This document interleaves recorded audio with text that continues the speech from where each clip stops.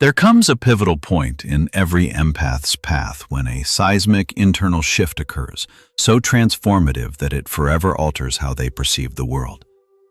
You're mid-conversation, maybe with a friend, family member, or colleague, and in an instant, it's like a curtain lifts.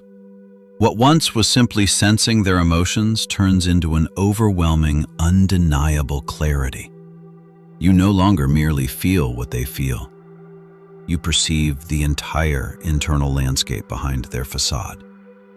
You see the persona they wear, the comforting lies they repeat to themselves, the concealed emotional wounds, the fears disguised as anger, the control masked as kindness.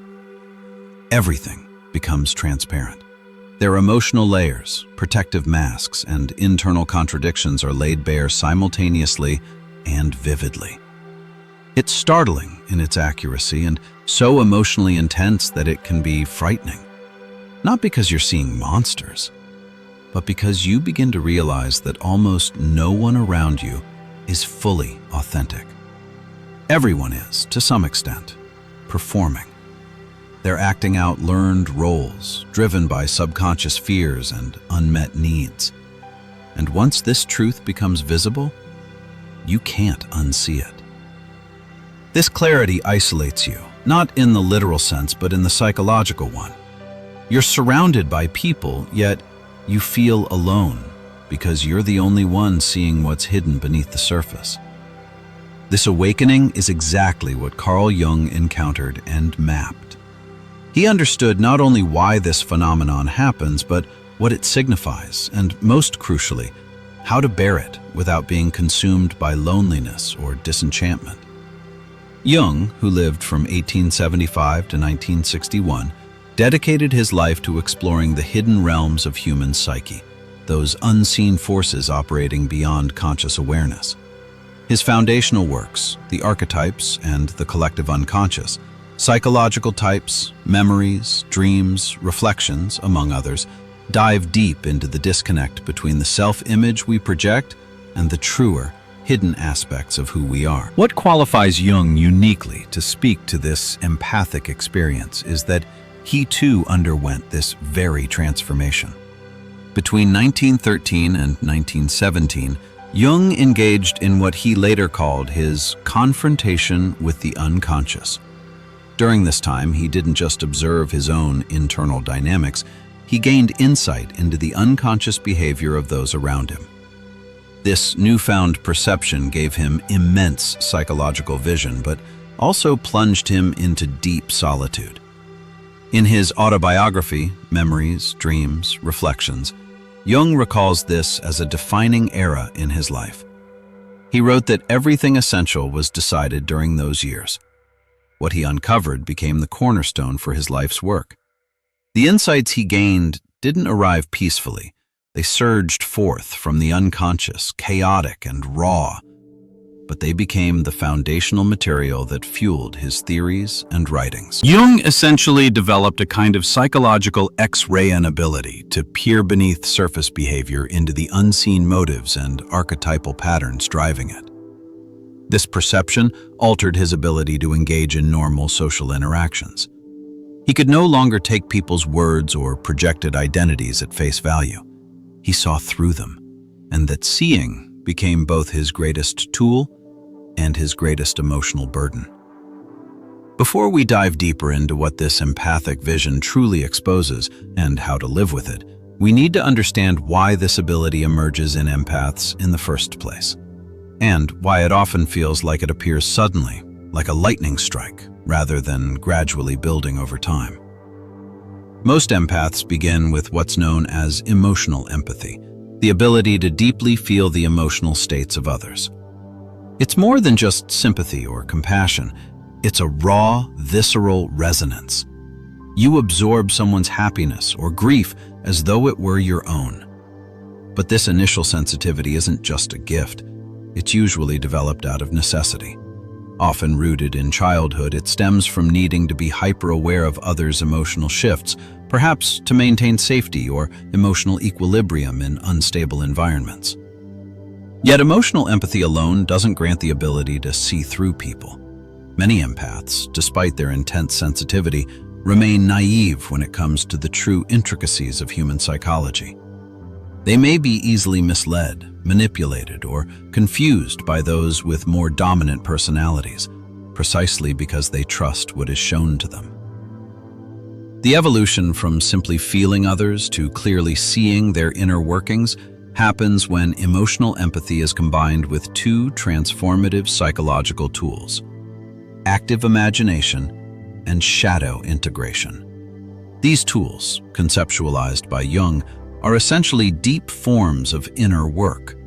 When an empath has examined their own psyche thoroughly, they begin to recognize their own defenses, fears, and repressed patterns. And because of this internal familiarity, they start to identify those same patterns in others without effort. This shift can feel sudden, but it isn't truly abrupt. It's the culmination of years of silent observation, emotional absorption, and psychological reflection. The empath has been gathering puzzle pieces unconsciously, and one day, the entire picture becomes clear in an instant. Once this internal framework snaps into place, it overlays itself on every social interaction. The empath no longer sees just the surface. Every conversation reveals deeper motivations, unseen wounds, and hidden fears. Jung detailed this process in his work, The Relations Between the Ego and the Unconscious. He emphasized that developing consciousness is essentially the process of integrating the unconscious into awareness.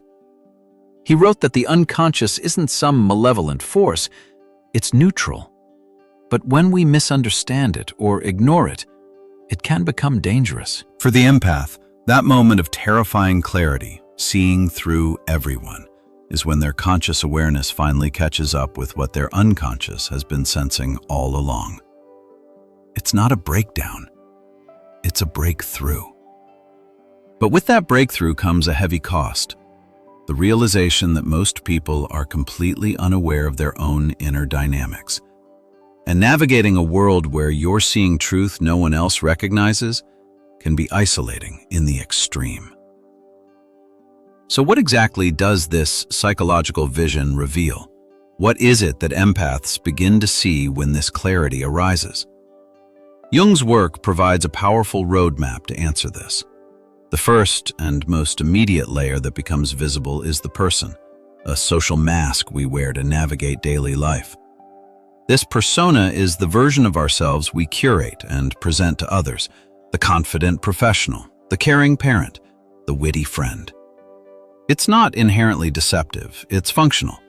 But once the vision sets in, the empath sees straight through it. In 2 essays on analytical psychology, Jung describes the persona as a construct designed to bridge the gap between individual consciousness and society. It's a role, a performance, crafted to make a specific impression and to protect the true self. But when an empath sees beyond it, they spot the dissonance between what someone pretends to be and who they actually are. You might see someone exuding bravado, yet behind the mask is deep insecurity. A person who outwardly appears kind may, in fact, be seething with resentment or guilt. Another who seems strong might be on the verge of collapse. And what's crucial here is that this isn't about fault-finding. It's not cynicism. It's like watching 2 layers of reality exist at once. You hear the words, see the body language, and simultaneously feel the truth they're trying to hide, even from themselves. This is not about catching lies. It's about perceiving the unconscious self-deception. The persona isn't malicious. It's often an unconscious defense, a means to survive and be accepted. But once you start seeing this layer in everyone, the emotional impact is immense. You begin to realize how deeply disconnected most people are from their authentic selves. Then comes the second, darker layer, the shadow. Jung coined this term to describe the parts of ourselves we reject, repress, or deny. These can be traits we're ashamed of, desires we've disowned, or parts of our psyche we've labeled as bad or unacceptable. Every person has a shadow, and the less conscious they are of it, the more power it holds. As an empath with this heightened vision, you begin to detect these shadows effortlessly. The overly logical person has buried emotional chaos. The saintly self-sacrificer harbors manipulation and unmet needs. The gentle peacemaker may carry unresolved rage. But these aren't moral judgments, they're psychological truths. What makes this experience so disturbing is that you're witnessing people act out these shadow aspects unconsciously. They genuinely believe they're being virtuous, kind, or honest, while their actions tell a different story. This disconnect between intention and unconscious motivation creates a maddening sense of contradiction. And worst of all, these shadows often emerge in the people closest to you, the ones you trust, admire, or love. You see their blind spots, their unacknowledged pain, and the unconscious scripts they follow. You may want to help them see what you see, but more often than not, they're not ready. And trying to reveal it only creates defensiveness, confusion, or conflict.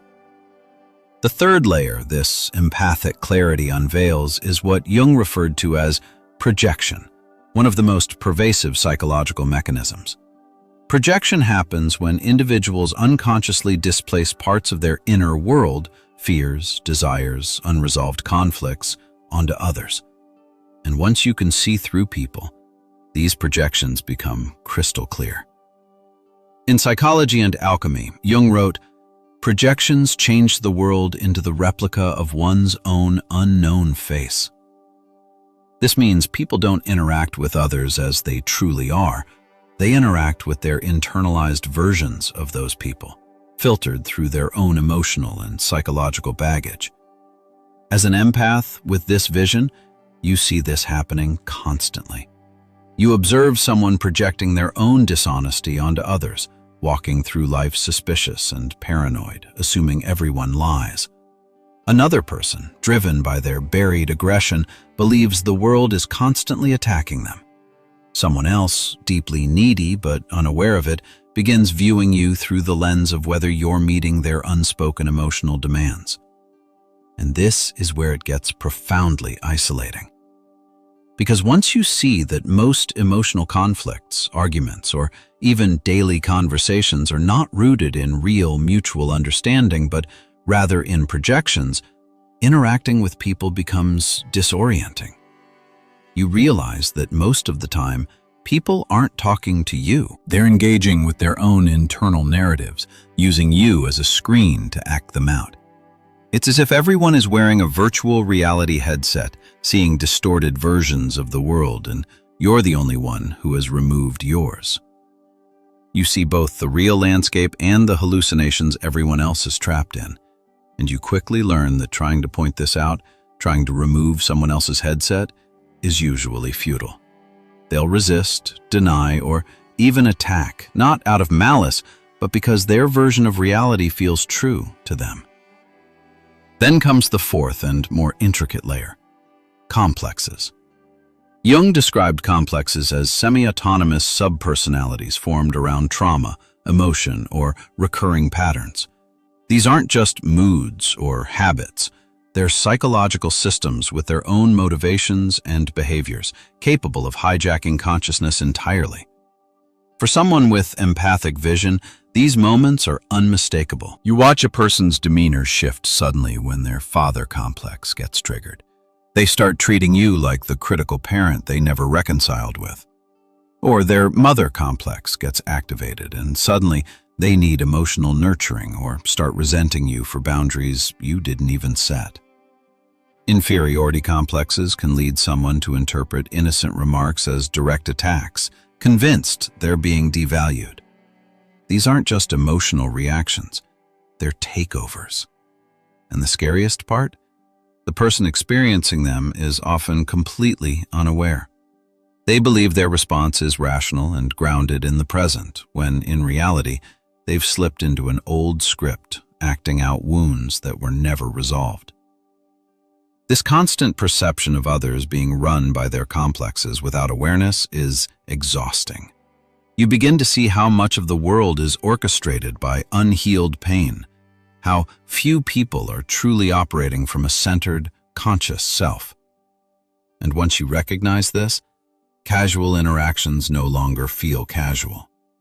Every word, every look, every tone is layered with meaning, most of it unconscious to the person expressing it. But perhaps the most staggering layer, the one that truly shifts how an empath sees humanity, is what Jung identified as archetypal possession and the collective unconscious. Jung proposed that beneath our personal unconscious lies a deeper realm shared by all of humanity, a psychic inheritance made up of universal patterns and symbols called archetypes. These archetypes, such as the hero, the victim, the mother, the trickster, are not just mythic ideas. They're active forces that can take over a person's consciousness. In The Archetypes and the Collective Unconscious, Jung explains that these archetypes are not acquired through personal experience, but are embedded in the human psyche from birth. And once you can see through people, you begin to notice these archetypal patterns playing out everywhere. You witness someone becoming consumed by the hero archetype, rushing to save others, driven to fix every problem, often at the expense of their own well-being. Their self-worth becomes tied to being the rescuer, leaving no room for vulnerability or help from others. You notice another individual falling into the victim archetype, creating an identity based on helplessness and suffering. This pattern compels them to unconsciously seek out situations that reaffirm their lack of control, and any attempt to empower them is interpreted as abandonment or betrayal. Then there's the trickster archetype, where a person can't commit, can't be serious, constantly disrupts order and structure. At first, it may seem playful or spontaneous, but over time, it becomes clear that this is not conscious behavior, it's compulsion. To the empath with this awakened vision, these patterns aren't abstract. They're real, animated, and energetically present. You feel the pull of these forces as they operate through people, overriding their intentions, personalities, and even morals. What's terrifying isn't that people are bad, it's that they're not truly in control. They're being moved by psychic forces far older and deeper than their conscious minds. You begin to see that much of what we attribute to personality is really possession. People aren't choosing their behaviors, they're enacting scripts written long before their lives began.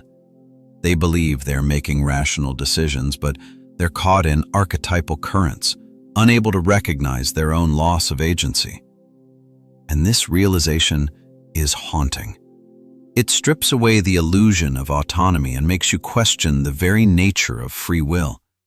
You see people, good people, acting from places so unconscious, so deeply embedded in collective history that it feels like they're puppets in a play they never agreed to be in. As you walk through life with this vision, the weight of awareness grows. It's no longer just about seeing through individuals, it's seeing through humanity itself, through culture, through ideology, through tradition. You start recognizing these collective patterns in politics, media, religion, relationships. The world becomes a stage of archetypal drama, and you're both a participant and a witness to it all. To illustrate how this vision manifests in real life, let's consider an empath named Sarah. She's done years of therapy, shadow work, and self-examination. As a result, she's developed the ability to see beneath surface behaviors. She no longer engages with people solely at the level of persona. Her psychological clarity is sharp, and while it helps her navigate life with deeper insight, it also alienates her in everyday situations. Picture Sarah at a family dinner. Her mother makes an offhand remark about Sarah's career, something framed as concern, but Sarah instantly sees the real engine behind the words. She doesn't just hear the comments, she perceives the entire psychological system behind it. She sees her mother's unfulfilled ambitions projected onto her. She senses the guilt tripping hidden beneath the veil of motherly love. She recognizes the mother complex playing out an emotional loop from which her mother is unconsciously acting, believing she's simply offering support. In that moment, Sarah doesn't just hear her mother, she sees through her. And now she faces a painful choice. She can confront what's happening and call out the projection, but that would only trigger defensive mechanisms in her mother, leading to an argument not rooted in the present, but in unconscious material. Or she can stay quiet, respond politely, and play along with the illusion, preserving peace at the cost of her own authenticity. Neither choice feels right. Speaking truth threatens the relationship. Staying silent intensifies the inner loneliness. Because the unspoken reality, the one Sarah sees, is invisible to everyone else at the table. This is the burden of empathic vision. You're present in conversations that aren't real. You're engaged in dynamics where no one knows what's actually happening.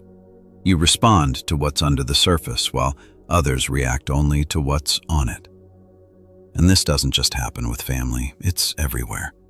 Sarah's friend vents about her romantic struggles, believing her partner is pulling away.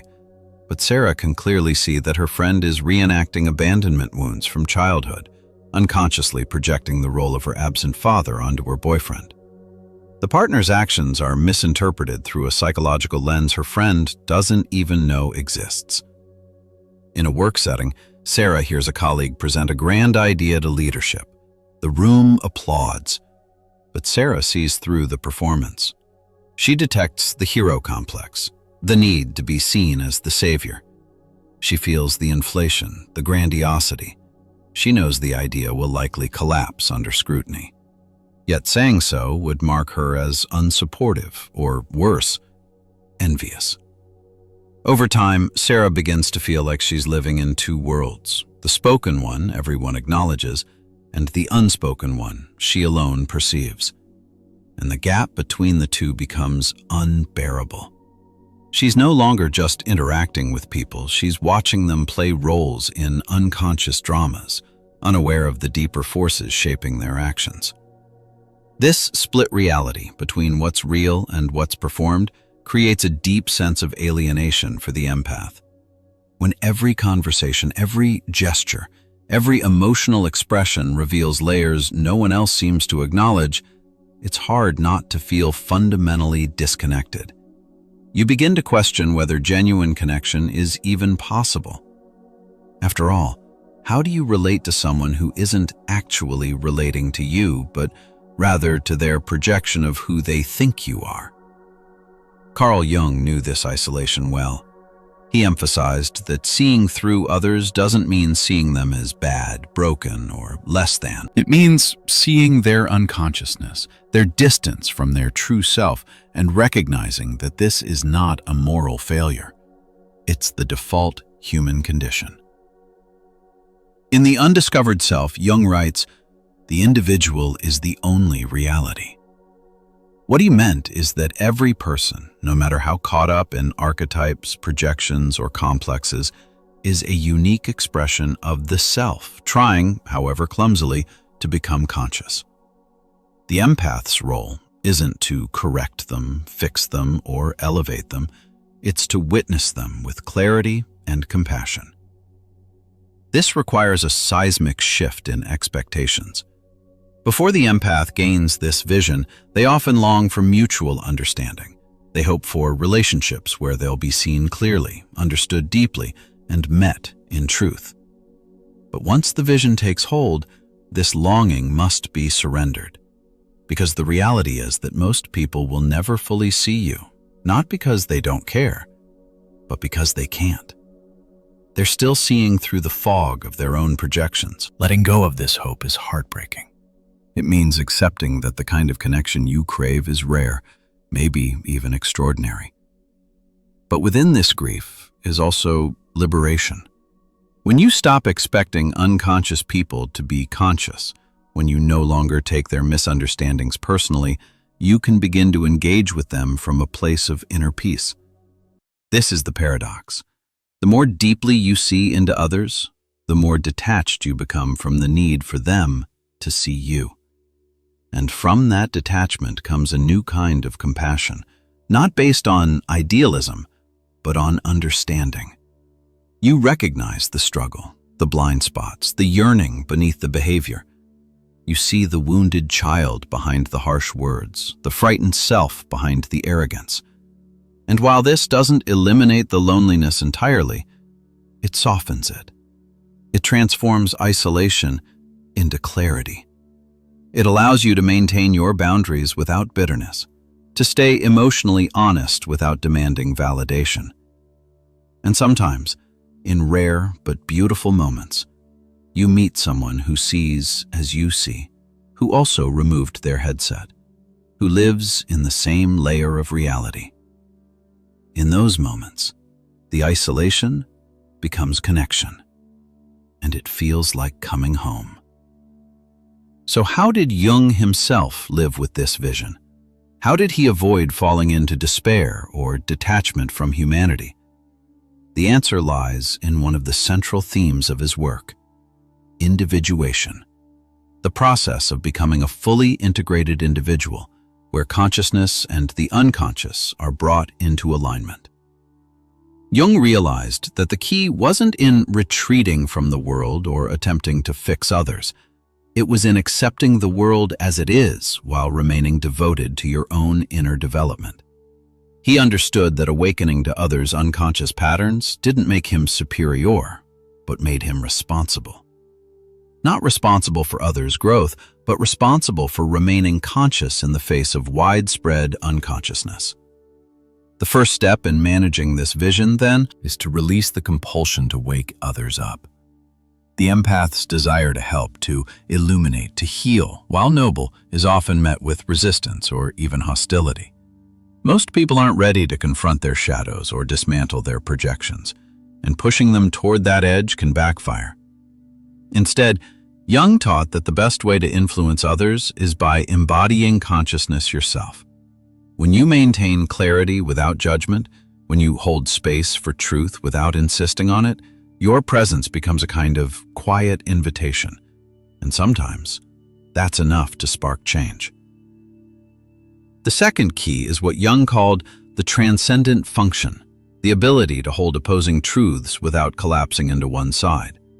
You must learn to see both the unconscious patterns and the inherent dignity of each person, to recognize the shadow and still value the light, to witness the projection while honoring the person behind it.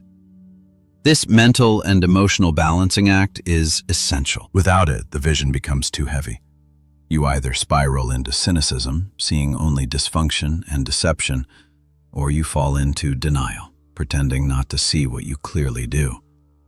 The transcendent function allows you to live in the tension, to see clearly without condemning, to empathize without absorbing. The third essential practice is finding others who also see. Jung surrounded himself with a small but powerful circle of analysts and collaborators, people like Marie-Louise von Franz, who shared his depth of inquiry. These relationships were not casual. They were forged through shared inner work, through the commitment to growth and truth. For the modern empath, this means seeking out therapists, groups, or communities grounded in psychological insight and shadow work. Even a few trusted connections with people who get it can make a world of difference.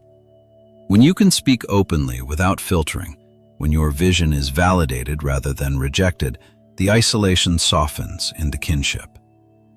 The fourth key to living with this depth of perception is finding an outlet, some form of creative or intellectual expression that can absorb and transform the weight of what you see. Carl Jung channeled his vision into his life's work, his writing, teaching, art, and exploration of dreams. Without that outlet, the insights might have remained overwhelming, even destructive.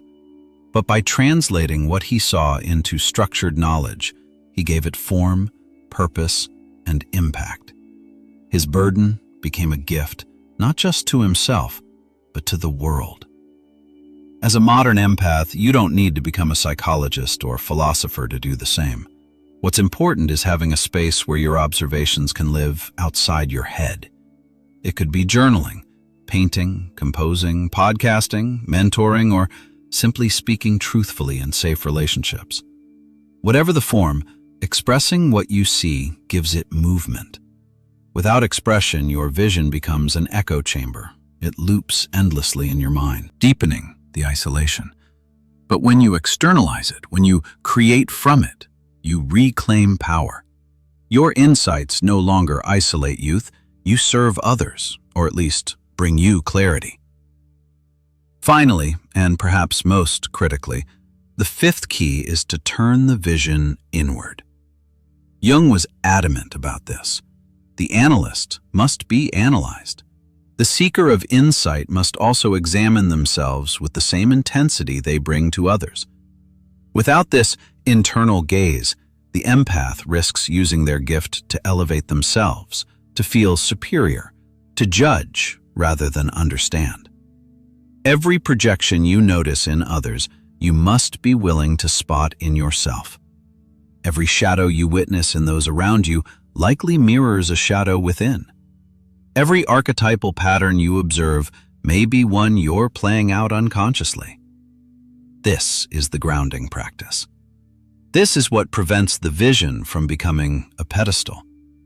When you hold yourself to the same psychological scrutiny you apply to others, it cultivates humility. You stop seeing through people with disdain and start seeing with tenderness. Returning to Sarah, let's look at how these practices play out. She's at that family dinner. Her mother's comment lands and she still sees the projection, the complex, the unconscious need. But instead of confronting or suppressing, she responds with awareness and gentleness. She might say, "Thanks for your concern, Mom. I've thought deeply about my choices and I feel good about where I'm headed." She doesn't pretend not to see the dynamic, but she doesn't escalate it either. She sets a boundary without declaring war. Later, she reflects in her journal or speaks with her therapist, processing what she witnessed, expressing what she felt. And maybe she catches her own shadow too, perhaps the part of her that still craves her mother's approval or that projects frustration when her mother doesn't understand. She names it, owns it, integrates it. This is individuation in action.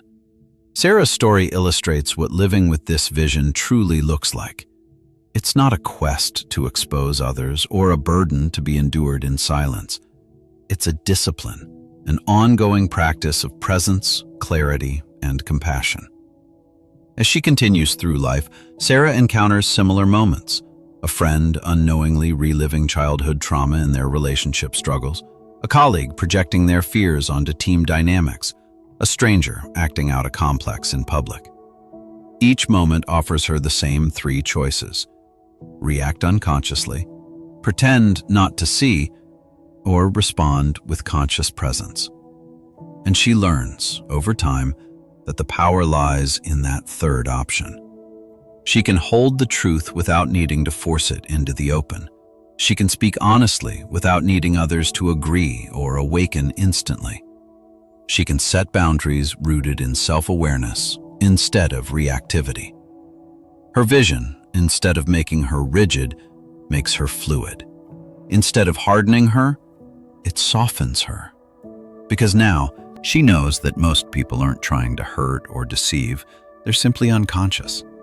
And unconsciousness isn't evil, it's human. It's where we all begin.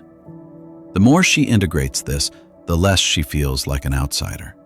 She may still walk through the world seeing what others cannot, but she does so with grace. She doesn't carry the burden alone anymore because she's found others, her psychological tribe, who speak the same language of depth and insight. She creates, she connects, and most importantly, she keeps turning the light inward. Every time she's triggered, she examines her own projections. Every time she feels superior, she recalls her own blind spots. This self-reflection becomes her compass, ensuring that her empathic power stays rooted in humility. This is the real work of seeing through everyone. It's not about being special or enlightened.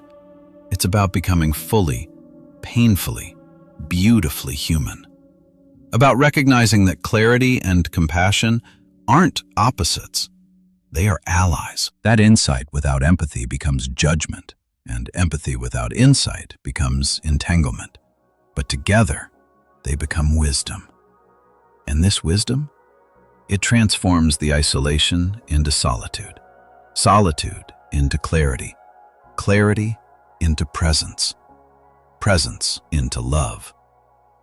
Jung called this journey individuation, not perfection, not awakening, but the process of becoming whole. And wholeness doesn't mean being free from shadow or beyond projection. It means seeing clearly and choosing consciously, again and again. If you've arrived at this place of empathic vision where you see through the personas, the projections, the patterns, you're not broken. You're evolving. What feels like madness is actually clarity. What feels like exile is the beginning of homecoming. There's no shortcut to mastering this gift, but there is guidance. Jung left a map. Your job is to walk the path. Find your people. Use your voice. See clearly. Love anyway. And remember, seeing through everyone doesn't mean giving up on connection. It means forging a new kind, rooted in truth, bound by presence, nourished by compassion. So if this message resonates with you, if you've felt the weight of this vision or the ache of its isolation, know this: you're not alone. Others see too. Subscribe to our channel so we can keep exploring Jungian insights and the real psychological terrain empaths walk. Leave a comment, share your story, and send this to someone who needs to hear it. Together, we see. Together, we heal.